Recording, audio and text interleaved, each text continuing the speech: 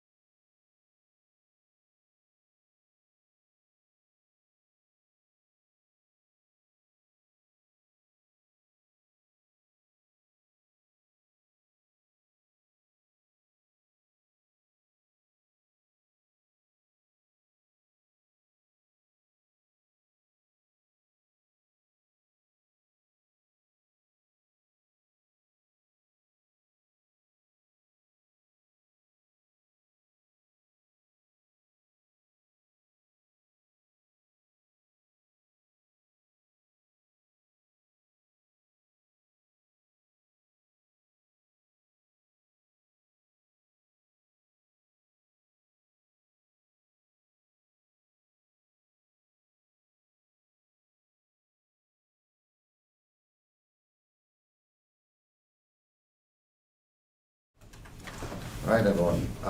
Welcome to the Central County IDA meeting of May 2026. We have a quorum here. Let's start with the approval of the minutes from the March meeting. Do I have a motion to approve the minutes? Motion. Is there a second? Second. Is there any discussion? All in favor of approving the minutes of March 24th? Say aye. Aye. Any opposed?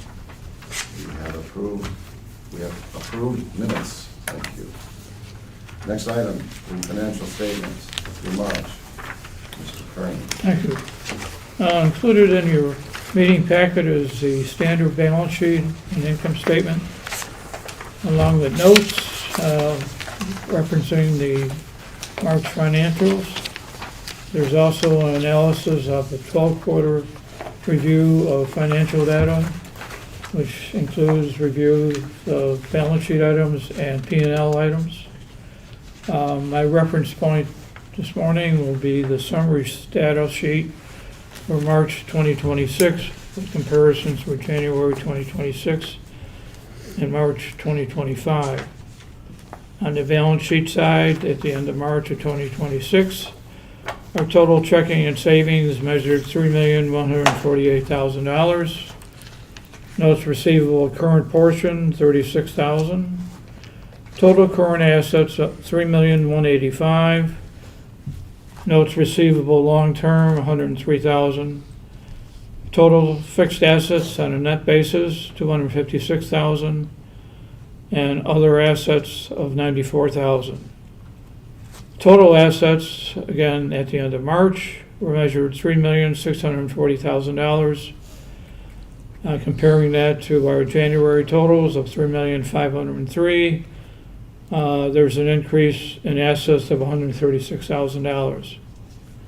The majority of that increase affected the checking and savings accounts by $150,000. Our balance at the end of March of 2025 in total assets was $3,794,000. Difference between March of 2025 and assets in March of 2026 is a negative change of $153,000. Looking at payables and equity, again for March, our total current liabilities were $408,000.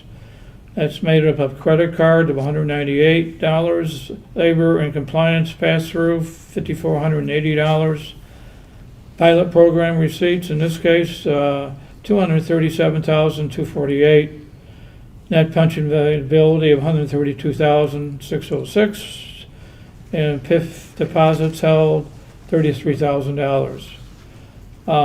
The total due to other governments and liabilities was $17,481.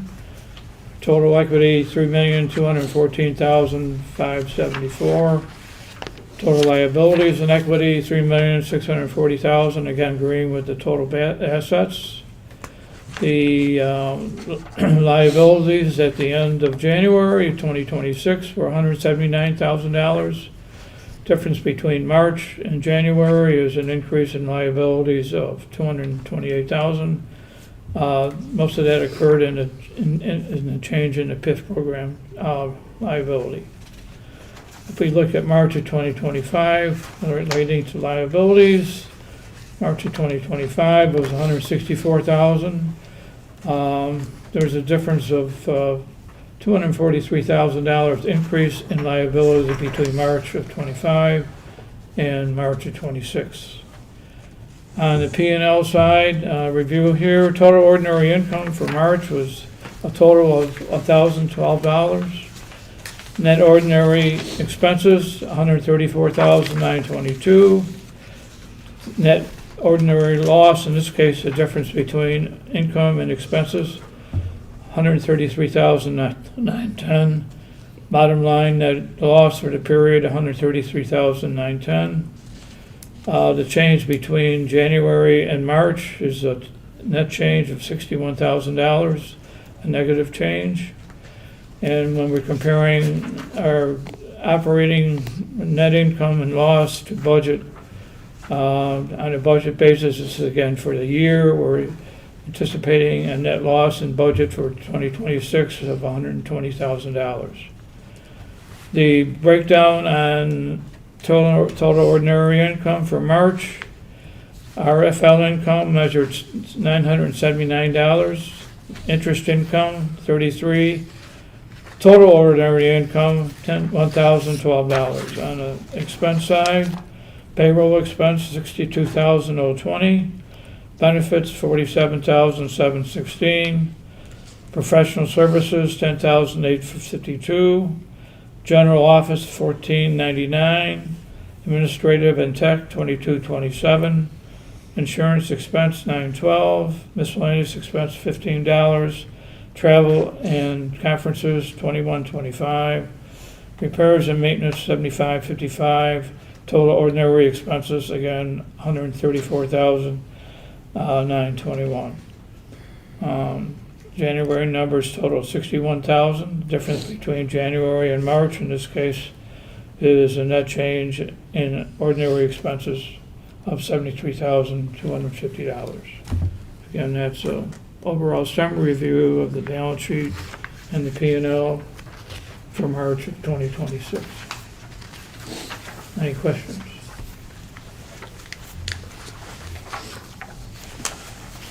Picture's not changing all that much. Not at all, at this point. Yeah, you can see there's, repairs and maintenance, there's more expense in this building than we've had for overhead in years past, but that's the name of the game. Yep. Any questions for Bob? Motion to accept the financial report. So moved. Second. Second. All in favor? Aye. Any opposed? Thank you, Bob. Number 3, the long-term forecast. Sarah, do you want to take us through that? Sure.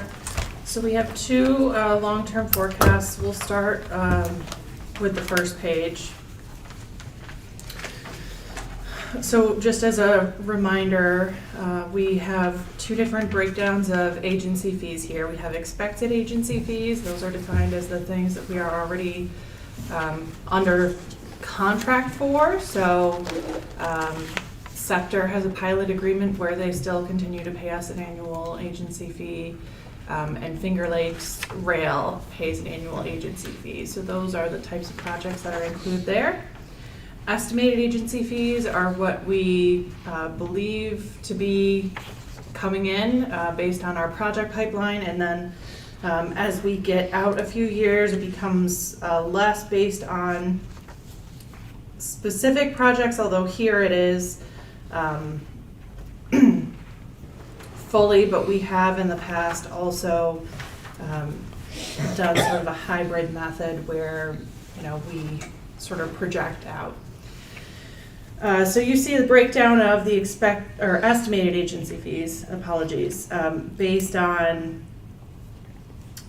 type of industry here. So we have hospitality, housing, manufacturing, and renewable energy, including what we've budgeted for 2026.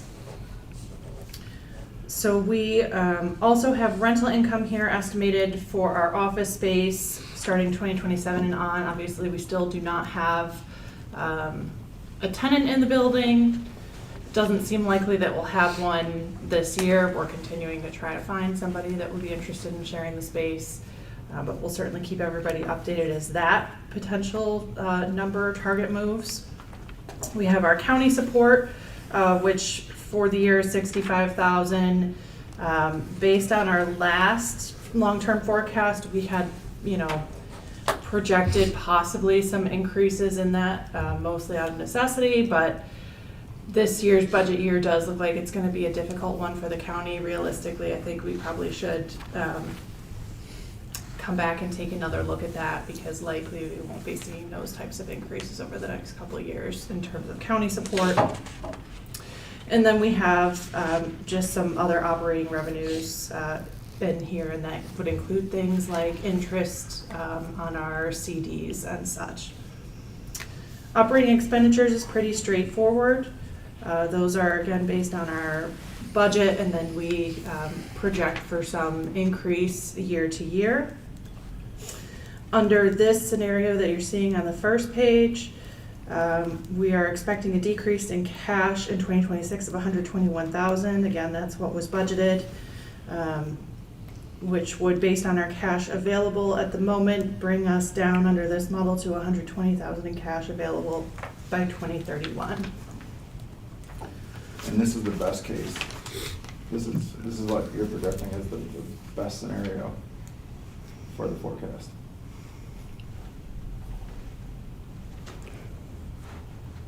Reasonably based on what we know right now, yes. So The issue becomes projecting revenue for the IDA. And ideally, this is not the best case. What's most conservative? But no, it's the best, it says on the sheet of paper, best case. it's probably a terrible way to phrase it. Conservative. It's pretty, Pretty the straightforward. best case is the best case. Okay. So that's what we're presenting right here. Is everybody comfortable with that? No, not at all. There are projects in the pipeline, for instance, is the Ovid downtown redevelopment project appearing in this pipeline? No. Is this, Well, so hang on. in the paper last week, was this North Seneca solar project? Yes. Okay. So we've talked in the past about projecting future agency fees based on projects that we know may exist, but the IDA can make concerted efforts to ensure that they exist, and therefore they generate agency fees, not by luck, but by concerted professional action by the IDA. And we've talked about that project, and that's not showing up on our forecast. There are other projects in the county on the drawing board right now that, I mean, there's the Bonifiglia Foundation Hospitality Project. Is that in this forecast? It should be. I think Well, it might be, actually. Unless they don't need our assistance. Believe me. I can't quite recall specifically if it's the one showing up in 2029. I think that it may not be. So the projects that show up here are ones where there's actually a specific business or developer. So not that we're not interested in the Village of Ovid or what the Bonifiglia Foundation would like to do with their property. But because those at this point are just properties with no developer and ownership or working toward project approvals, they are not in our pipeline. They're certainly something that we are tracking in our system and our sort of in our internal staff pipeline, but they're not being assigned numbers into our forecast right now because the timing of those and the cost and, you know, any of those things would be far too uncertain right now for us to try to project for you. But our job is to make sure that they are more certain. Otherwise, we're losing $500,000 a year.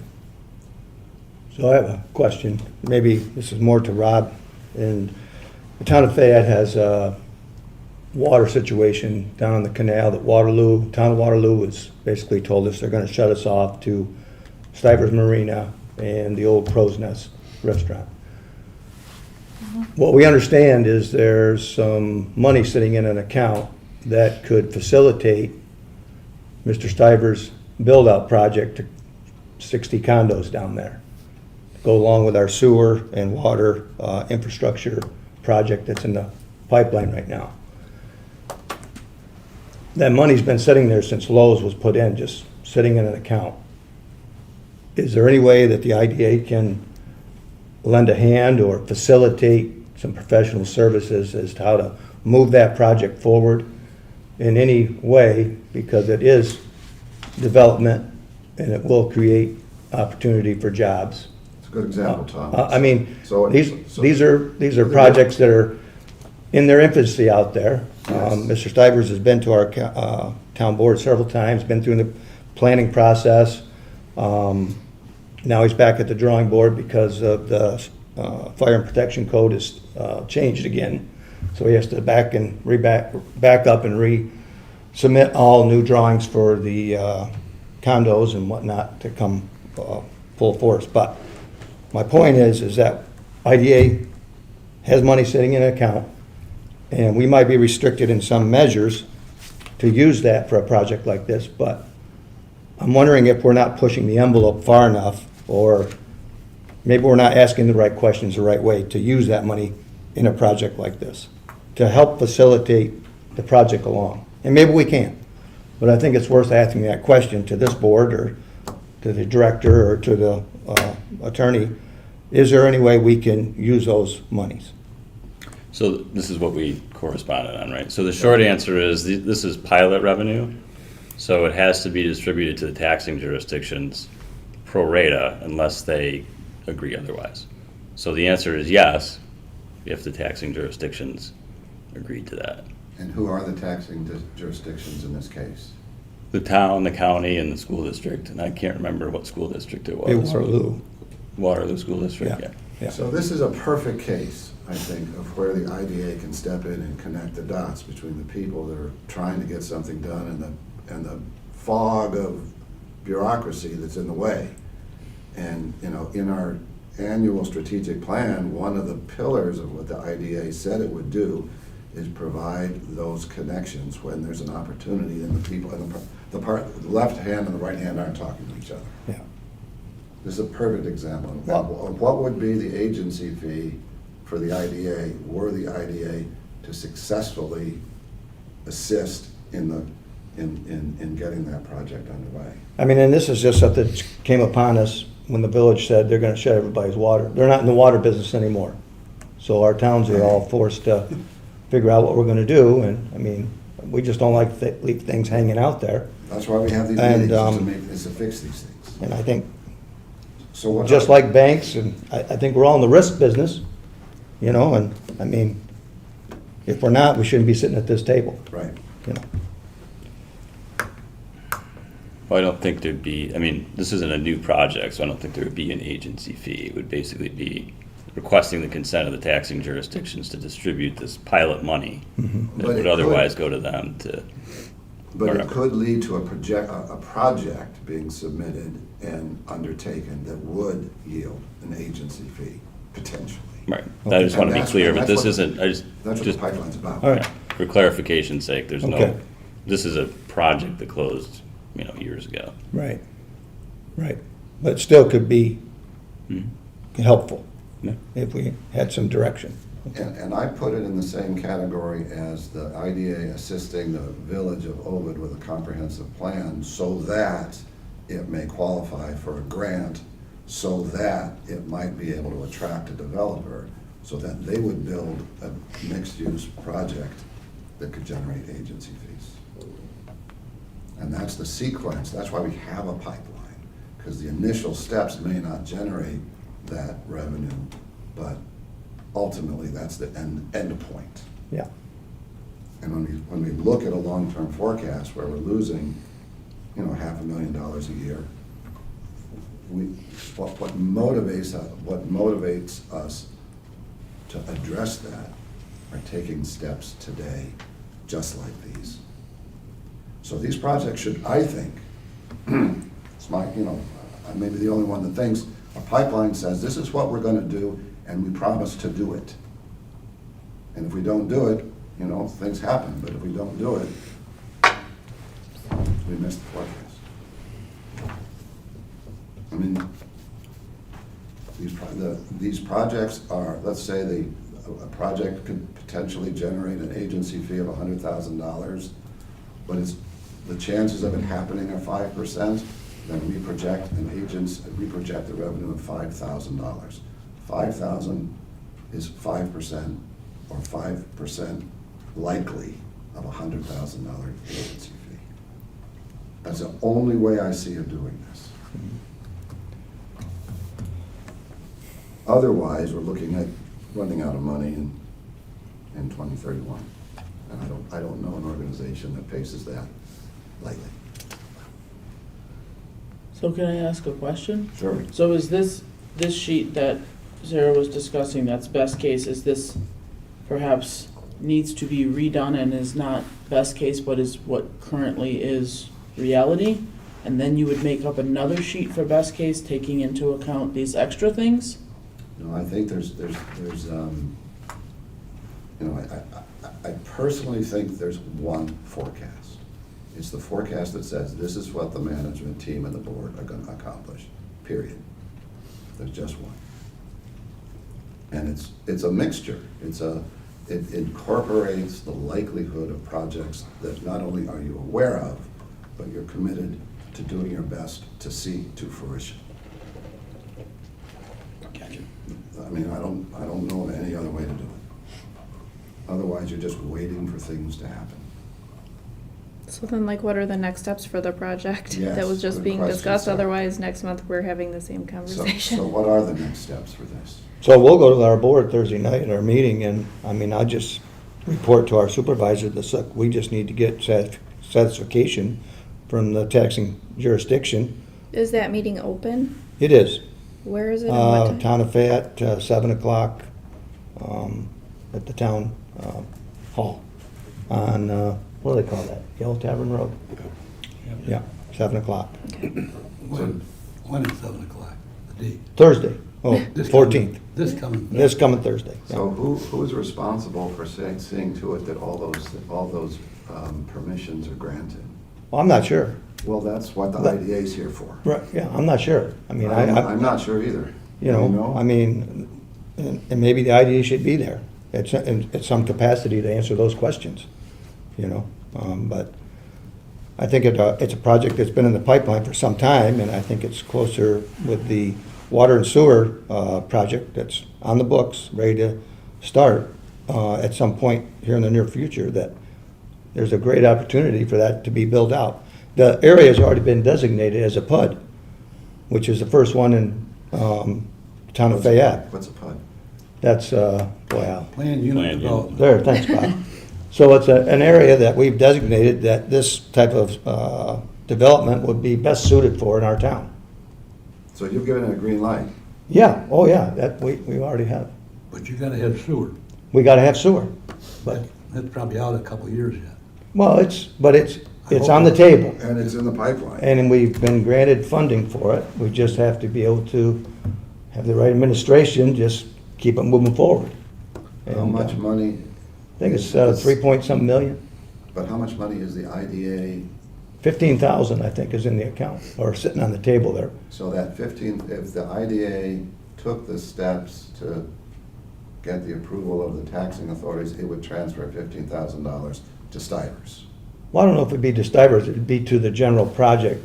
Okay. And again, I'm not, this is just brought to us last week, and I'm not really sure of all the nuts and bolts of it, but it's just a question that's been in my mind when our supervisor told us, you know, the IDA said, no, we really can't use that money for X amount of reasons, and I just question why. I mean, if it's just sitting there, not doing anything. Because the statute says that you can't unless the taxing jurisdictions agree to it. But if they agree to it, then you Right. could. And my suggestion, I guess, would be, you know, figure out exactly what the ask is, you know, where the money's gonna go, what it's gonna be used for. Yeah. And then somebody should quarterback, you know, taking that to the taxing jurisdictions and Is that Probably similar to what getting- happened with the village and that whole water project that they came back and said they tried to get it like after the fact, but they No. didn't? Okay. So this, the village with their water upgrades had wanted to come to us for a pilot, and we've been talking about it, and then they went ahead and started the work without having come to us with an application. IDA cannot approve projects under that circumstance because we have the but-for clause that indicates that, you know, a project wouldn't move ahead without our assistance. This project is related to when Lowe's Home Improvement came to the community. So they entered into a pilot agreement. Those pilot payments were diverted to pay the debt coverage on a bond for the water line that was installed to service Lowe's. And part of that plan was to connect the water line down 96A and have a loop somewhere. And that was held up for quite some time I think in large part because of negotiations to do with the railroad and trying to run a water line underneath the railroad where it crosses. So that was delayed, and then costs got more expensive, and we only have $33,000 left in that account.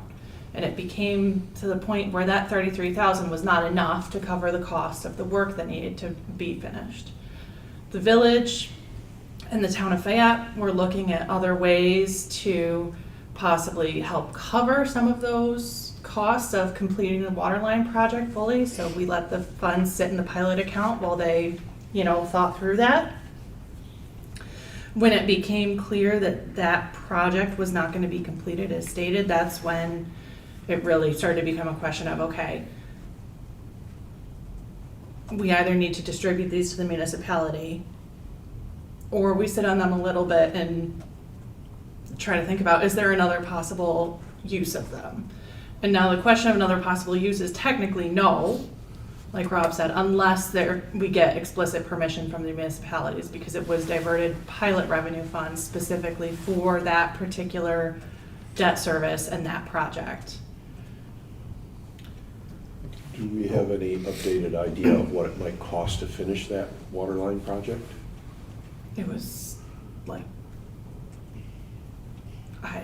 I can't recall off the Had to top of be my a head. It was a big lot. number. It was a big number. Yeah, because I mean, just, Well, what does securing permission from the taxing jurisdictions entail? What specifically, does each board have to pass a resolution? Yes. Yes. Yes.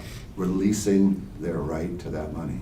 Yes. Okay. So what you should have is similar to exactly like what happened with the PIF financing, is there's a resolution describing what exactly is gonna happen with the money, okay? And then each of the boards would adopt a resolution approving that use. Could So that's we- what I say, my suggestion would be to fill in some of the details on that. Okay.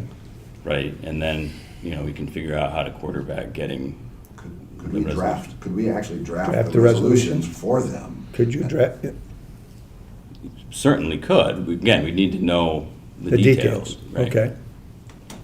And that would be directed by the town of Fayette and the town of Waterloo collectively No, town of Fayette, the school district, and the county. in the county? So, The town of Fayette is the town taxing jurisdiction, right? right. Yeah, I'll have to double check on that. okay. Can we Would- ask the IDA staff to quarterback this? Yes. Okay. So, That may be both towns may be involved in that. Well, Waterloo that's what- and Fayette. Yeah, we'll I have think- to look at our pilot agreement, because I don't recall It off might the top be. of my head which taxing jurisdictions were explicitly involved in that. yeah. One question. How much money is involved here in the pile left over? 33,000. So if you It's look at our 33. finances Is it good? on the balance sheet, so not the long-term forecast, but the actual financial statements packet. This will be On page or two. If you go to the comparative balance sheet, at the bottom of that first page, under liabilities and equity, it says PIF deposits held, Mhm. $33,131.86. That's the amount. That's the amount. Okay. That's the amount we owe to those jurisdictions. Yes, so if we cannot get approval to divert it for another use of funds, what happens is we take all of the municipalities that were diverted from in that agreement, and we take what their current tax rates are, and we allocate the funds based on their proportion of tax rate and pay it out. And one more question. How much money is this project gonna cost? What did you say, 60 condos? Well, that's what the initial plan is. I don't know, like anything, it might be smaller, it might be bigger, but that's what there's room for there if he develops a whole project. And what's the likelihood of him getting the financing to do that whole thing? Well, it's like a lot of things, I think, with Mr. Stivers. I mean, sometimes you have to wait till he has everything in order, you know?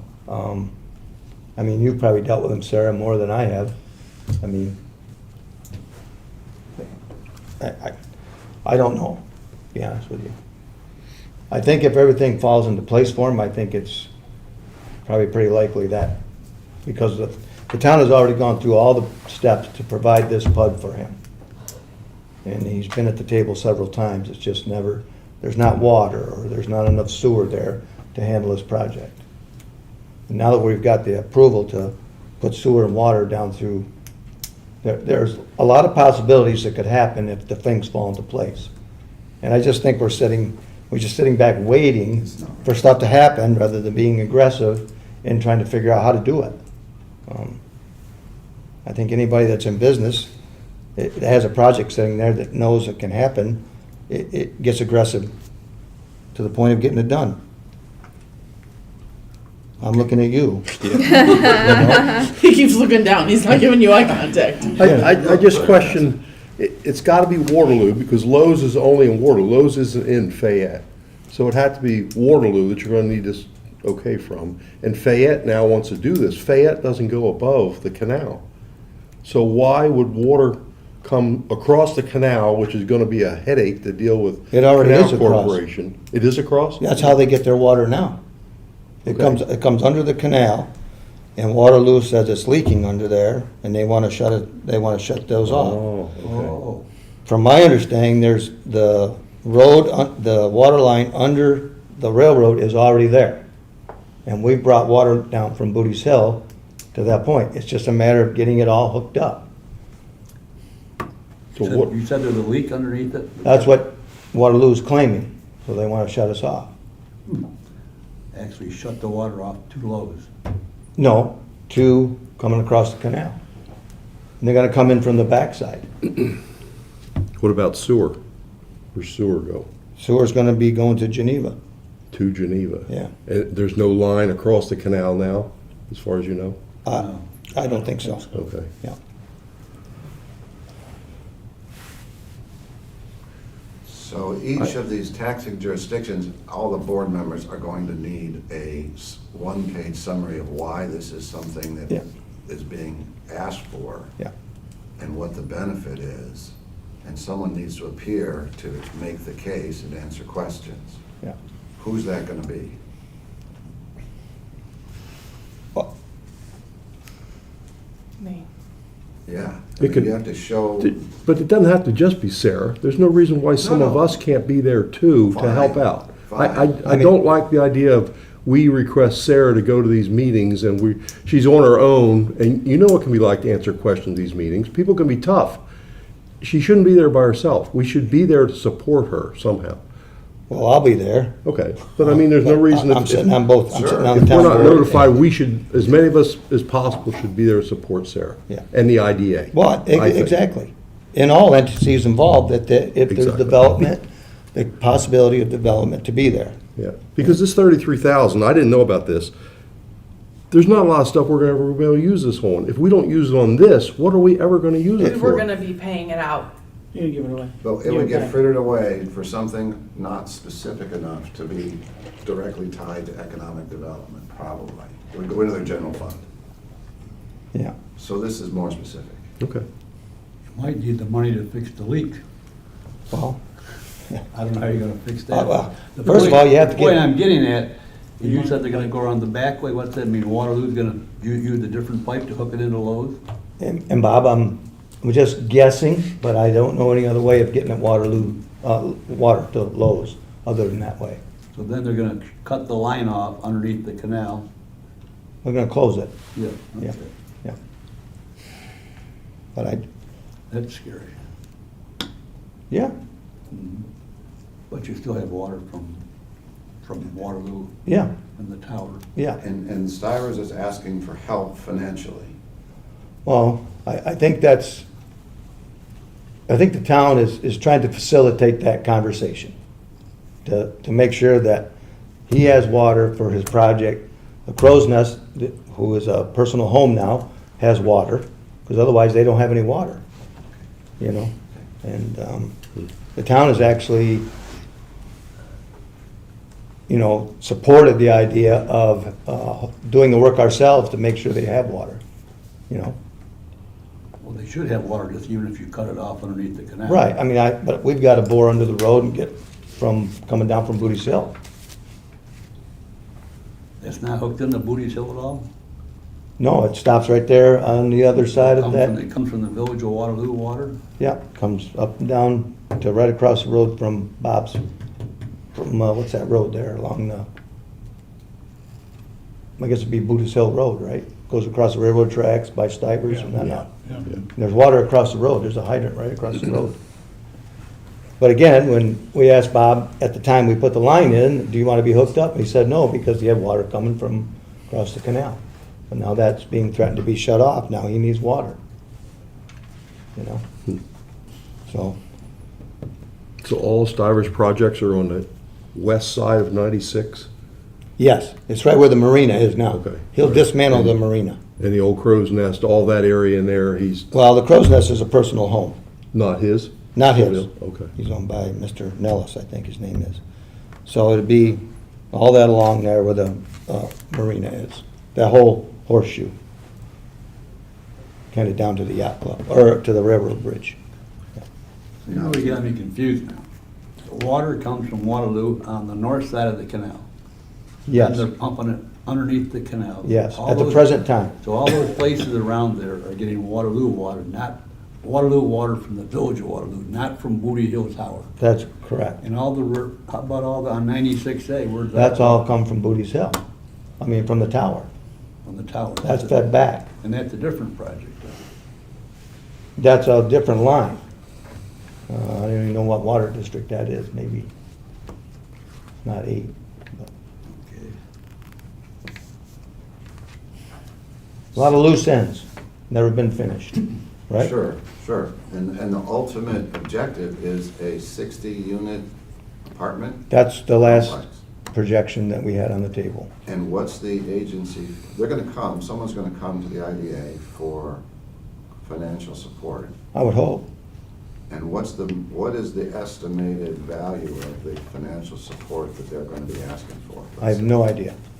Well, whatever that is, some percentage of likelihood on that amount should show up in our pipeline. I think Stevers should be here giving you an idea of the project. I think so too. And the ask and all that stuff. I think so Do too. you think Bob. he'll be at that meeting on Thursday? Probably not.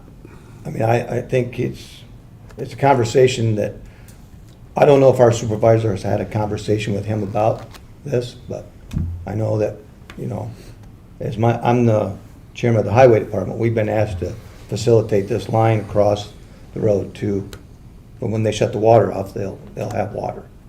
So we went down and looked at it, and I think we can do it. We'll have to get Rouser to bore under the road, but that's gonna come at a cost that'll be passed on to Mr. Stivers, because he had the opportunity to hook up long ago when we put the line in, and he didn't want to.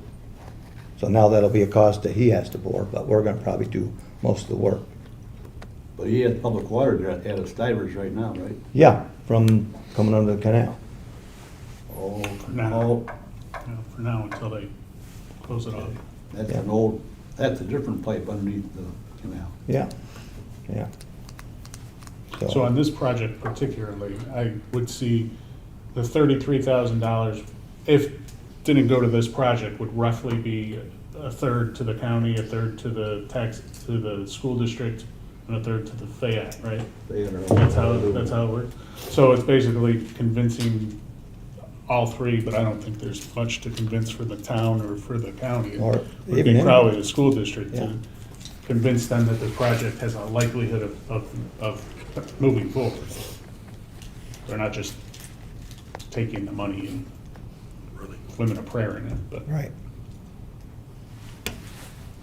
But I think having representation at the town to start these conversations and get a little more information on how we go about facilitating this is probably the place to start. Yes. You know, It's- and if it's it's- a simple resolution and an agreement between boards, it's- let's get it done. It's working each of those jurisdictions to a point where they agree and understand what the benefit is overall to the Yeah. greater community. I might suggest, in the past, what we've done is, you know, and once you have the details in hand. Right. You know, then a meeting with the district superintendent, the town supervisor, county manager, you know, to sit and talk about, this is the Okay. project, these are the benefits, this is what we see happening in terms of tax base and all that. Right. To kind of lay the groundwork before Coming you here. start going to meetings and making presentations and that type of thing. All right. Right. Well, the good news is we're laying the groundwork with the superintendent right now, Right. so easy part done. Okay. Yeah, I mean, I'll work with Supervisor Trout to get details Who from the on board this want for us to move forward with. Who here from the board wants to assist Sarah in that effort? I'll go. Ben? Depends on when it is, I'd be glad to. it's Thursday, 7 o'clock. Okay, so we're not gonna be in the field, so Right. I'll try to be there. You do that, Ralph? Yep. Right. I'll probably be there too. Are you gonna be for it, Bob? For it? Yeah? I'm just curious to learn about it. Okay. Well, that'll be 4 people more than we always have, so more than welcome. 33,000 isn't a lot of money compared to And it's, a project for 60 it's cats. nailing these details, man. just It's a start of something that could be big, so. So, Okay. to get back to Ovid, Yes, so if Sarah's supposed to put this into our future list, yes. who assigns the value of that property, or whatever we might think we're gonna get in fees? Because you don't have a contractor, there's not even a developer, it's not even owned by one person. So we've gone to LaChase Construction Management Yep. and said, if we were to construct a facility like the one that burned, but do it according to modern building codes and make it economically viable for the developer, what's it gonna cost? The number is around 20 million. It's a big number. Mm-hmm. Now, you've got, Is that just a steel building or is that a wooden building? no,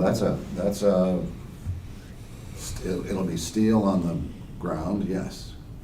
Yeah, and so, but that's if you have the Chase build it. You could go down the road and get Peachy Builders to build something too, but if you're gonna get something that's there, and it's right in the center of the village, which has been sort of the heart of Ovid and that part of the county for, count the number of years. You don't wanna put up a pole barn, essentially. Now, in the end, the village and the town need to come up with as much in private and public contributions to entice a developer to come in and spend that kind of money. And, a developer that's can put a lot of money into a lot of different places may not think the village of Ovid is their first priority right now.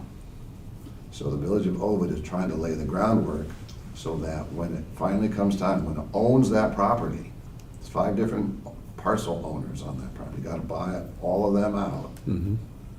and then come up with a financial package that's attractive enough to a developer so they'll come in and build there. There's a lot of motivation behind doing that. It's not gonna sit vacant. People have been meeting on it for a year. We met last night. There's a comp plan that needs to be created for the village, which it's never had. There's a New York Forward $4.5 million grant to be applied for by October 31st. There's a lot of momentum behind it. Is it gonna work? It's probably 15% right now.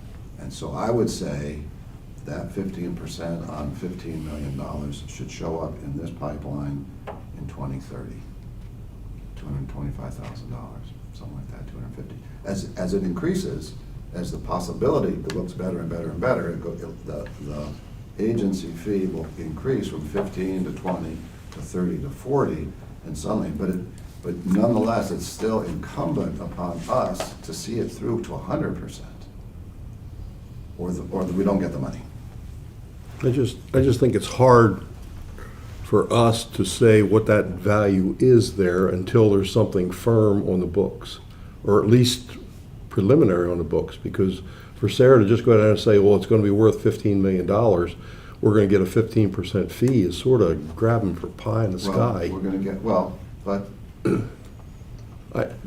there's ways to do this. Okay. There's ways to do this, really. There really are ways to estimate construction costs. But if you weren't from the area, Bruce, and know about it, how would we know? I mean, I'm sure there's other projects throughout the county, and there's only 3 of them, and us to. Exactly right, Ralph. To figure this out. 100%. There's probably a dozen that we don't even know about. I'm sure of it. Yes. Yes. I mean, it's just like this project I just brought up. Exactly. I mean, I just Yeah. found out about it There's last one- week. There's one across the, being the old property that Wilkins was looking at. There's a guy nosing around that, which is across the street from Del Lago, across 414. Yeah. It's a big one, and it's at 8% right now, but it's a big one. And that's, to me, what we should, I mean, it's not just Sarah, it's everybody who's connected, realistically try to identify estimated costs and estimated likelihood, or we run out of money. Well, nobody wants that. No, I mean, it's been plain for, I mean, we've not seen meaningful agency fees other than solar projects for the last 4 years. And that's not enough. And it's kind of a team effort, really. It's like someone like Tom, or I got a call from Jeff Trout saying, what about this $33,000 that the IDA has? It's got to be connecting the dots among each other. And they end up showing up in the pipeline. All right, so we ought to go on to the next item. Anybody have any other things to say on this topic? No, okay. Let's now look at the worst case. All right, standing items. Jeff, you're on. Okay, so busy time, lots of exciting stuff happening with the chamber and the tourism. I'll start with the tourism first. And I know a lot of you were in the unveiling of this. We commissioned a tourism strategic plan at the end of last year, moving into this year. It's, well, actually, middle of last year. So it's been about a year or so in the making. We just unveiled it probably about a month ago. National expert from North Carolina came down, helped us with this development, looked at all of the tourism properties and potential and opportunities that we had in Seneca County, and came up with this plan. We are in the midst of posting it on our website, which I'll talk about in a minute. But a couple things that stood out to me on the tourism strategic plan. One is, no surprise, but we've been talking about it for a long time, but increasing that traffic, the tourism traffic to Seneca County in the shoulder season, or in other words, those months that are not very busy already with visitors here. The months of July and August into September and a little bit in October, those other months, right? January, February, March. April even. And so there's a lot of emphasis on how do we do that? How do we increase that shoulder traffic? So that's a big part of the plan. Another part of the plan is going to be looking to do a little bit more than we currently do with marketing to our local markets. And this was an opportunity that actually came up in some of our tourism town halls. We call them mobile office hours that we've been holding in every town in the county over the past year. So strategic plan is really important. I know we were talking about hotel earlier, and part of that, increasing the shoulder traffic is trying to help fill the hotel rooms that we have right now to make Seneca County more attractive to a hotelier, to a hotel development. Berkeley put up on the screen at one of our presentations analyses that we did on the numbers for our lodging industry. And there are, depending on if you're in this industry or not, you'll probably know what RevPAR means, right? The revenue per average hotel room. Our numbers are not good. The numbers here in Seneca County are not good. And if you're trying to ask a major hotel chain to come in, they're going to be looking at those numbers. And if they see a considerable gap between what the national average is and where Seneca County is, they're going to probably move on to the next community or the next opportunity. And that's because of the deficit in the off-season. Absolutely. Well, there's a couple things that lead up to that, Ben, but one is one is certainly the year-long traffic, right, to increase those numbers. Another is, listen, everybody gravitates to the newest property, right? And right now, that's been for a number of years Del Lago, because they have the shiniest hotel property sitting there, to the detriment of some of these other hotels that we have in this county, right? So if a hotel operation is looking at the numbers and they're looking at a RevPAR, and then they're looking at this hotel has 60% occupancy, and this hotel, these 4 hotels have 30% occupancy, is there a market to support that hotel, right? And so that's all sort of part of this plan. A deficit of hotel space in the Finger Lakes in general. Well, certainly in our busy season, in our peak season, July, August, September, there are not enough hotel rooms to be had, right? So we do have a deficit, but those people are starving in January, February, and March for hotels, for traffic, right, to make up the money. So anyways, that's our tourism strategic plan. Like I said, we are in the process of posting it on our website, which we are launching in the next couple of weeks. We have major projects launching. One is a new visitor guide, one is a new website, one is a new mobile app that you use on your phone that basically guides you, your personal concierge around Seneca County. All of those projects are set to hit in the next 2 weeks. And so we're really excited about that.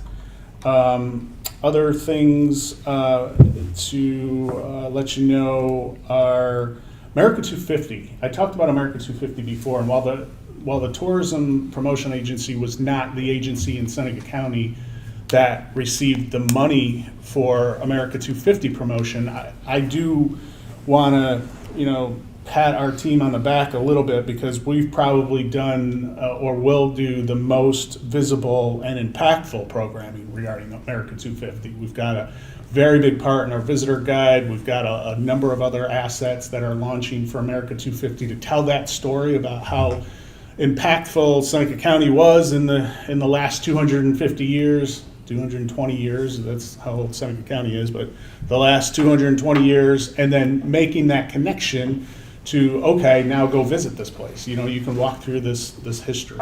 So we're really excited about the America 250 stuff. I think our team has done an incredible job with it. We are nominated for a state marketing award. Again, this marks the 3rd year in the last 10. So we're pretty excited about that. From a chamber and a foundation standpoint, of course, we organized and set up a foundation for our Chamber of Commerce last year, and it was a way to help us do a little bit more in the community, raise more monies for some impactful programs. And the first one that we did was the National Civics Bee, and I know I talked to all of you about that in the past. We held that the end of April. We brought over 200 people to Seneca County, to the Northeast College of Health Sciences, had a great event, and I know there was a lot of school districts. Sarah, thank you for all the support you gave us from the Waterloo district. I know there were people from Waterloo there. Ultimately, we're sending 3 finalists on to Albany from our region, and actually I think all of the winners were from Geneva, but Seneca County schools definitely showed out as well. So we're sending these 3 finalists on to Albany. There is also, as part of this initiative, there is a program that we're going to be talking to the school districts about. There's a new AP program that has been developed by, I think, the College Board on civics. And so we're going to be talking to some of the school districts and championing and maybe bringing something like that into the Seneca County area. So we're pretty excited about that. And then lastly, the chamber. The chamber is growing. Our membership is on the upswing. We added a major local business recently that we're really excited about, and all of the feedback that we have been getting from not just this one but others that we're picking up is that our chamber, the Seneca County Chamber, is one of the most impactful in the region. That's really it's really great to see, and just great to be a part of, and so we're super excited about all of the growth that we're seeing. That's all I have, Bruce. Thank you, Jeff. Questions for Jeff? Who is the new company? Well, we haven't announced it publicly yet, so I don't wanna You quite don't do do it when that. we're live streaming that. But stay tuned, watch our social media, because we'll be announcing that pretty soon. Thank you, Jeff. I have nothing to report. I was out for the last month, so I haven't been around, so, Okay, thank you. yeah. David? Yep, I have the ERE report here for you guys. It's largely more the same. It seems doom and gloom if you read through it, but that's because I ask about all the problems, when I call them. So there are references, David, in this report, which is, everyone should read when they have a chance. Under ag and food processing, non-agricultural processing businesses pursuing significant carbon fiber processing initiative involving approximately $2 million in combined public-private investment tied to equipment acquisition, et cetera, et cetera. Right. Is that a project that should be in our pipeline? I don't know. I don't think so. Sarah, what do you think? She knows who that is and what that is. I don't know. There's a percentage. It's just a percentage likelihood. Yeah, it's tough to gauge that one. Okay. But it's all tough, right? I mean, I guess I don't. These are the very things Yeah. I'm suggesting. Yeah. If they deserve recognition in your report, Right. should they not also be in the pipeline? That is a project that is not likely to increase the tax assessment on the property. Right. In a way that would be substantial enough probably to justify a pilot agreement. The capital improvement's already there, so it's not gonna. Okay? It would be That's some what we- interior building renovations, which I think are the less substantial portion of that project. It's mostly an equipment deal and dependent on a state grant. So it is not currently in our project pipeline as you are seeing in the forecast, because without a grant, I think it doesn't happen. I sometimes Well- get these, pie in the sky, things that come in the email or people that are calling about things like, you remember that guy with what was that? It was like Trash this to energy. fantasy Trash to energy energy, yeah. thing, it sounds great at first and I get, excited and then it just get let down over and over again. But, So I think there's one at the bottom of the second, one local chemical manufacturing site is reportedly ending production. Is that a loss in jobs? right, I'm sorry, where were you at? Well, under advanced manufacturing and semiconductor. Right.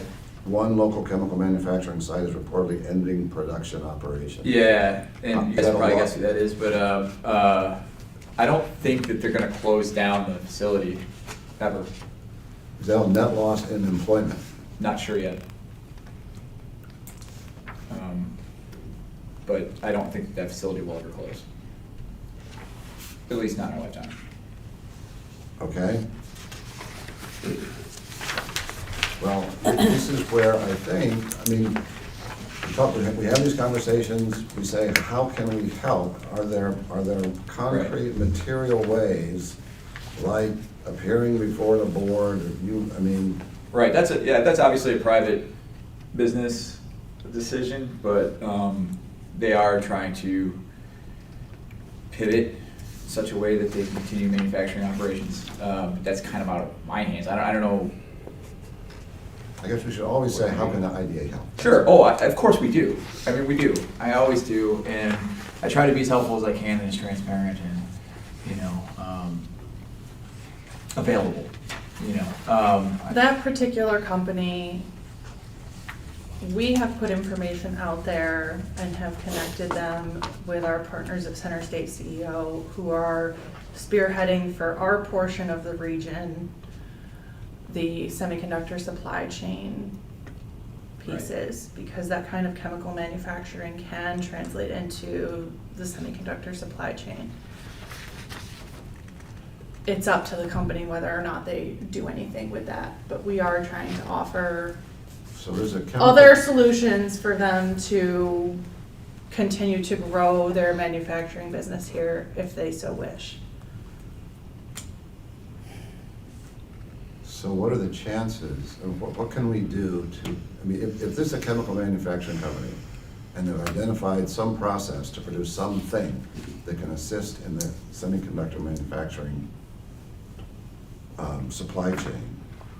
They What- have not. We have identified them because of the NAICS codes and all of the work that we've done with Center State. We went through and generated a list of companies in Seneca County that could fit within that and have been doing outreach to them so they can learn more about, you know, if they're interested in expanding their business in that direction and trying to, you know, serve as part of their market, what that could look like for them. They did not come up with that idea and come to us. So we have said, look, Okay. you could be a fit for this. Here's who you should speak with. Here's some information about the program. To my knowledge, they have not followed up on the outreach and the efforts that we have made with them. Okay. I noticed in last month's minutes, there was a discussion around the Bonifiglia Foundation's goals for a hotel adjacent to the National Women's Hall of Fame. Sorry I missed the meeting. Is there anything we can do to help that? I will have to follow up with Judy Wenzel. I haven't heard anything from her on the hotel project in some time.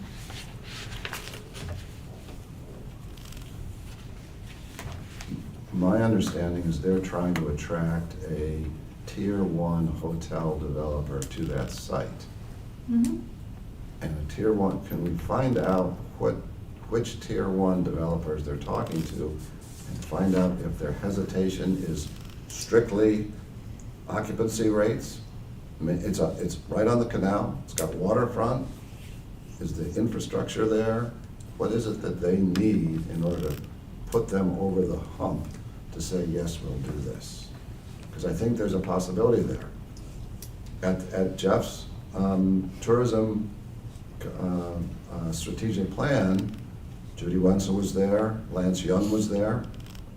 Lance Young and Judy Wenzel had never met. Lance Young says, I've got overflow problems.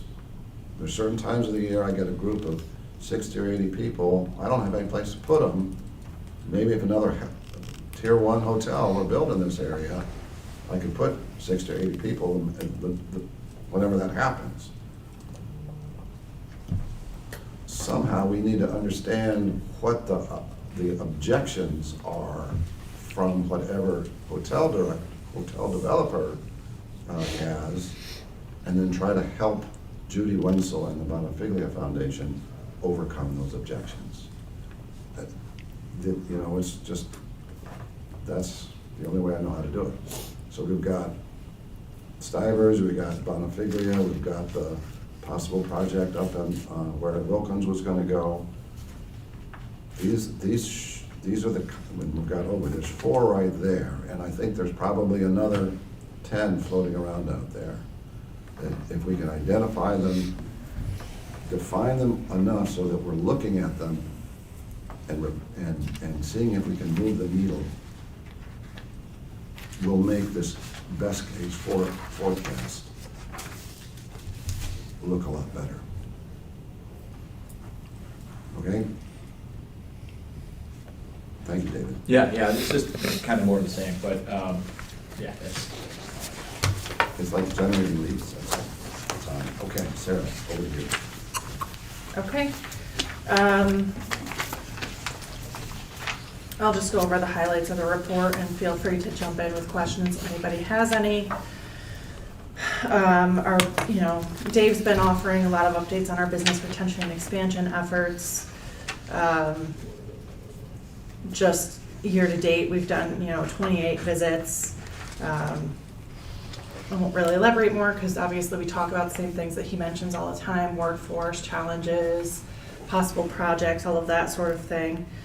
We are participating in a workforce development initiative with Finger Lakes Community College, Wing, Finger Lakes BOCES, Yates County, Ontario County, Wayne County, and then there's actually a broader initiative that's also being done in Monroe County, and then as well as the GLOW region, which is Genesee, Livingston, Orleans, and Wyoming counties. So really the whole Finger Lakes, but we're sort of tackling it in 3 separate teams. So we're part of the Finger Lakes team working on this ACT Work Ready Communities Initiative. What it is, it's a nationally recognized workforce skills assessment system. So the idea is, you know, everything from high school kids to people that are in college, to adult learners, to currently employed, to those that are not employed but are looking for work. It's a way for them to identify their skill set and to talk about that, you know, in a measurable way with potential employers. It's also a way for potential employers to more quickly evaluate talent. There are profiles that ACT does of all different types of jobs, and you can essentially line up what your score is on these work keys assessments with those job profiles to know if you have sort of the skills that are necessary to be successful in those career paths. So we're working on getting those assessments rolled out. We are trying to get some companies lined up to be sort of pilot cases for this program. And that work is ongoing throughout the region. There is an opportunity right now if anybody is interested in either sitting down for the assessment yourself or, you know, we're seeking employers, we're seeking students, everybody. We have the opportunity right now for free testing. Usually there is a cost.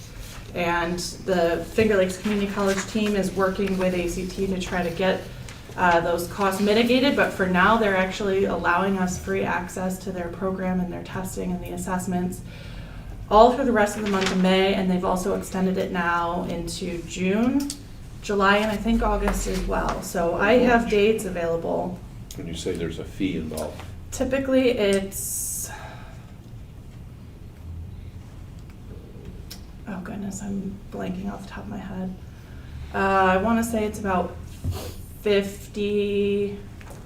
I want to say that's all in. It's not terribly expensive, but when you're talking about, you know, places where you have concentrated poverty and you have people that are, especially those, you know, this assessment is for everybody, even those that would, you know, have a bachelor's or a master's degree or whatever, but it's also for people that maybe could not get their GED or are non-traditional learners or people that have a hard time sort of in the traditional educational system, a way for them to still quantify and qualify what they're capable of, because those people may still be, you know, valuable contributors to the workforce and just, you know, don't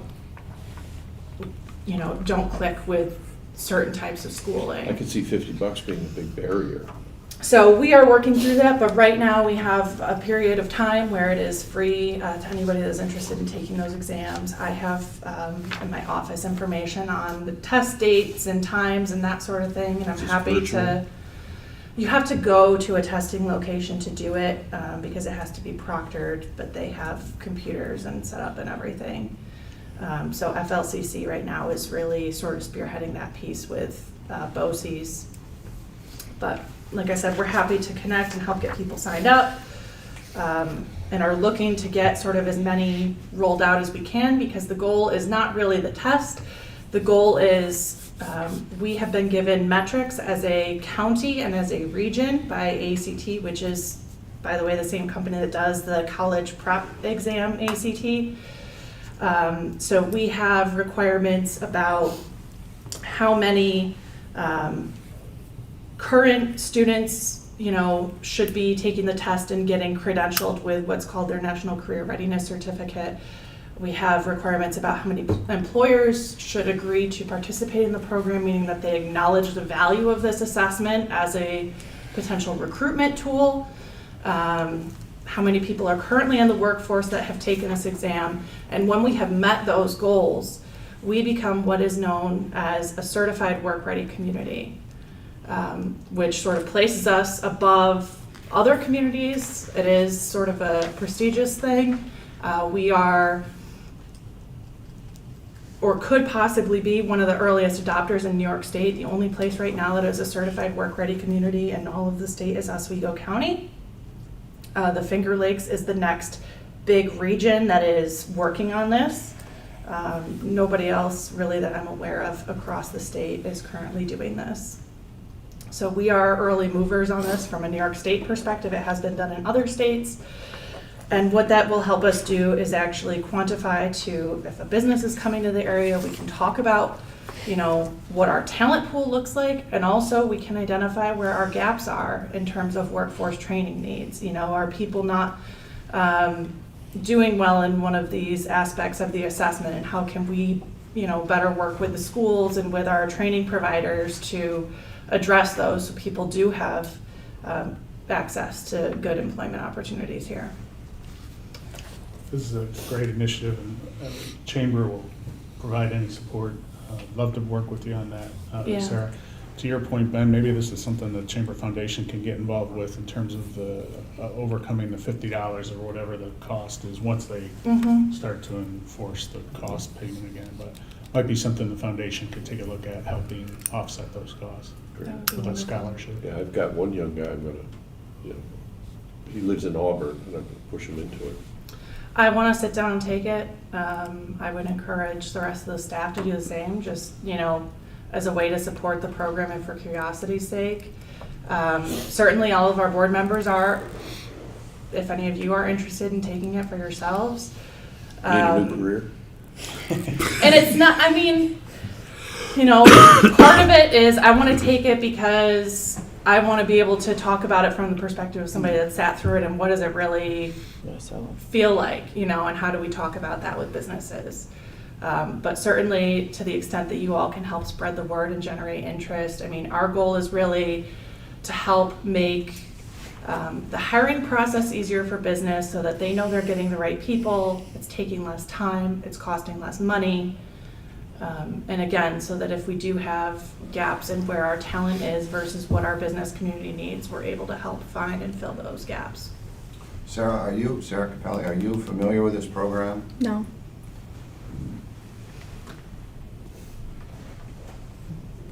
Okay. Is it being done like through the tech center at BOCES, or is This is the being district done through superintendent their part of it? CTE, mostly, yes. It's very early, like, we've been meeting on this for a few months, but it's a process to get this rolled out. So it's still very much trying to get everybody educated and informed about this. I'd be happy to connect you if you want to know more with the Yeah, person we at can help BOCES with the that's been- outreach and pushing it out. Yeah, that's been working on this. So, yeah, I'll I'm thinking make sure maybe that. Shannon Brown. Yes. Yeah, that's. Yeah. So Shannon is the one leading it really from the BOCES perspective and trying to get it rolled out. And we're obviously, the IDA focused on the business community and letting, you know, BOCES really focus on outreach to the schools. And then FLCC is dealing with the adult learners and sort of acting as the test proctor and setting up locations all across the region for people to take it at. Can you forward that information to us? Of The course. details about what this program is and. Sure. Other than that, we have, as you all know, received approval from the U.S. Economic Development Administration to defederalize our loan program, and are working right now on getting the documents and contracts in line so that we can get funds deployed to support the Village of Ovid's comprehensive plan. This week, I'm going to be helping the county LDC facilitate a tour of the county for the consultant that they have retained to do the new economic development strategy for the county. So they'll be coming in and, you know, we're making sure they're getting set up with business meetings and that sort of thing. On that subject, how far into this project is this consultant? And would it be useful for them to come and talk to the IDA board? I certainly think it would if we can manage to arrange it. They're only going to be in town for a couple of days. It's probably too last minute to get something with our whole board. Is there a This way is to- still pretty early in their process, but I can make sure that they get connected with everybody here. I think it would be helpful if they have just said, if they're willing to meet and pick a time, and if people can make it to meet with them, great. If they can't, so be it. Okay. Or virtually. Just like we said. Or virtually. Yeah, I mean, RKG, I think, is a pretty sophisticated, highly respected municipal economic development consulting firm. I ran into them when we were doing some legwork for the Willard project. They're first rate. And I think we could learn something from them, and they could learn something from the people around this table. If people are free. Okay, let's see what we can get set up. Other than that, I mentioned this earlier, but we're working with Center State CEO. So they're the ones facilitating some of the deployment and outreach of the federal funds as it relates to the tech corridor for semiconductor, and are working on a program called SCAN, which is a semiconductor activation, supply chain activation network. It's for semiconductor industry. I attached to the brief, or to the report, excuse me, one page about what SCAN is and what the funds are for. That's been sent out to the list of employers that we've identified within the county, but certainly wanted to share that for everybody's information here, that work is still ongoing. Do those 10 that were identified know that they were thought of in that light? Yes. Are they interested in We've doing anything? We've had responses from a couple, but not as many as we would like at this point, and are continuing to try to reach out and see if we can get interest. Questions, comments? I have a question. Anything on Willard? I mean, is it just completely stalled, or is there activity toward trying to move the county to purchase it, or?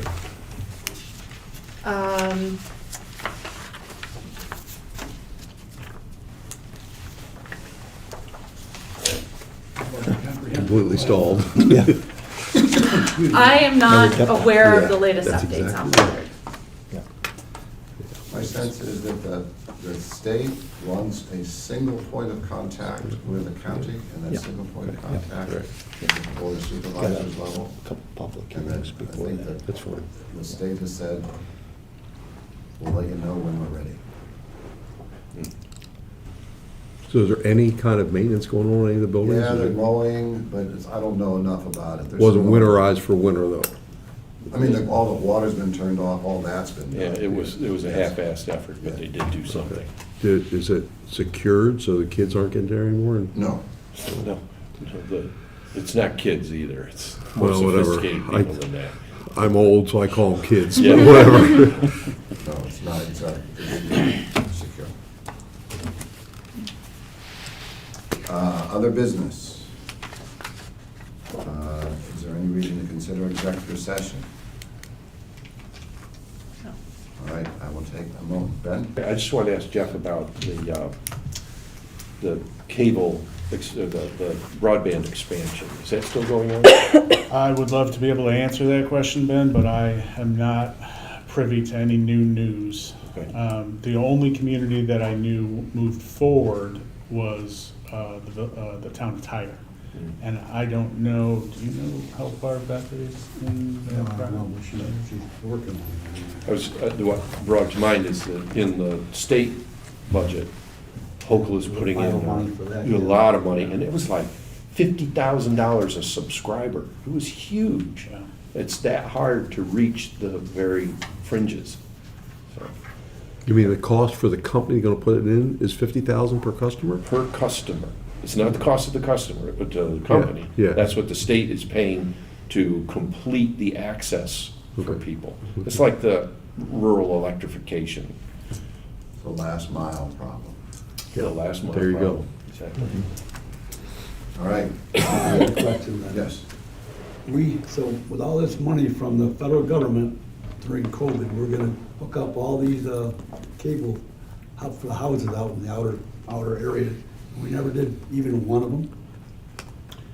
So the state, I think it was the state that coordinated a study of underserved or unserved.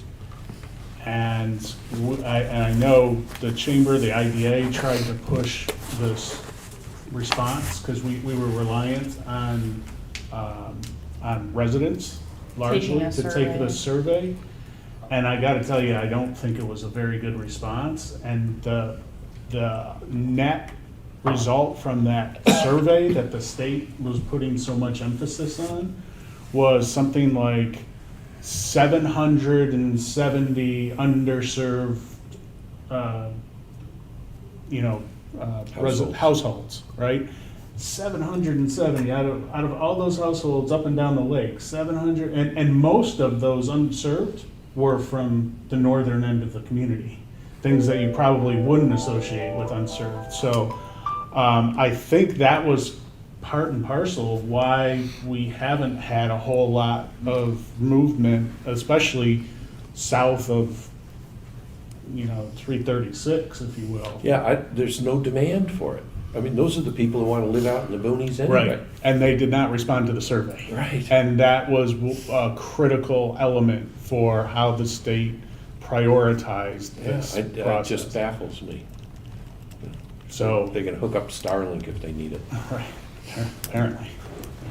Okay. Anything else? Anything else? I will entertain a motion to adjourn. So moved. Second. Second. All in favor? Aye. Any opposed? Thank you, everyone. Pretty wet out there. Pretty wet out there. I was surprised.